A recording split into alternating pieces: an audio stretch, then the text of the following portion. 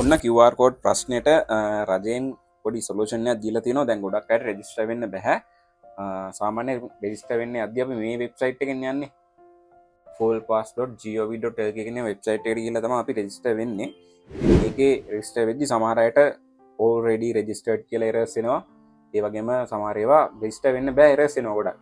ඉතින් රජය මේකට දැන් සොලූෂන් එකක් දාලා අද ඇවිල්ලා 2026 මාර්තු 18 වෙනිදා තමයි මේ වීඩියෝ එක කරන්නේ.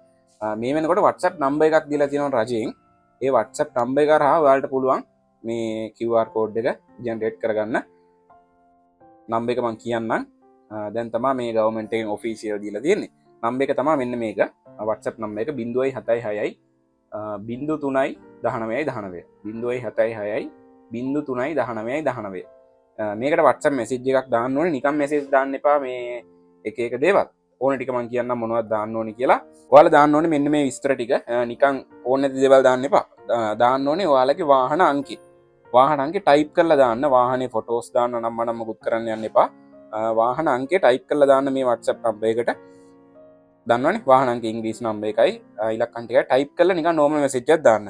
ඊට පස්සේ මෙන්න මේ දේවල් වල ෆොටෝස් ටිකක් ඔයා යවන්න ඕනේ. ඔයාගේ ID එකේ ෆොටෝ එකක් හරි රියදුළු බලපත්‍රයේ ලයිසන් එකේ ෆොටෝ එකක් හරි පාස්පෝර්ට් එකේ ෆොටෝ එකක් හරි මේ තුනෙන් එකක් යවන්න ඕනේ. ID එක වාහන ලයිසන් එක නැත්තම් පාස්පෝර්ට් එක මේ තුනෙන් එකක ෆොටෝ එකක් දැම්මනම් හරි. ID එකේ ෆොටෝ එකක් දාන්න. ඒ වගේම වෙහිකල් ලයිසන් එක වාහනේ ආදායම් බලපත්‍රයේ ෆොටෝ එකක් දාන්න ඕනේ. ඒ වගේම වාහන ලියාපදිංචි සහතිකය certificate of registration ඒ කියන්නේ වාහනේ පොතේ ෆොටෝ එකක් දාන්න ඕනේ.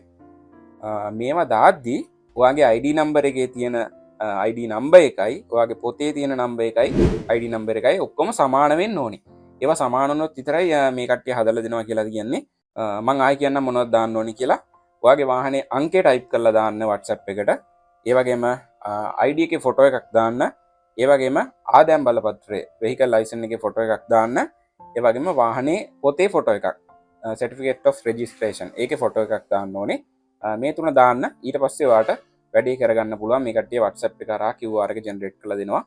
දැන් විසඳුමක් විදියට ඒක තමයි රජයෙන් මේ වෙනකොට කියලා තියෙන්නේ. ඉතින් ඉක්මනට මැසේජ් එකක් දාලා වැඩේ කරගන්න. අනවශ්‍ය දේවල් WhatsApp එකට දාන්න යන්න එපා. ඔයාට අවශ්‍ය දේවල් ටික විතරක් දාන්න. ඉතින් පොත ඔයාගේ නමට දැන් හරවලා නැත්තම් ඒකට කරන්න සොලූෂන් එක මොකක්ද කියලා හරියටම දන්නේ නැහැ. දැනට මේක තමයි දීලා තියෙන අලුත්ම අප්ඩේට් එක.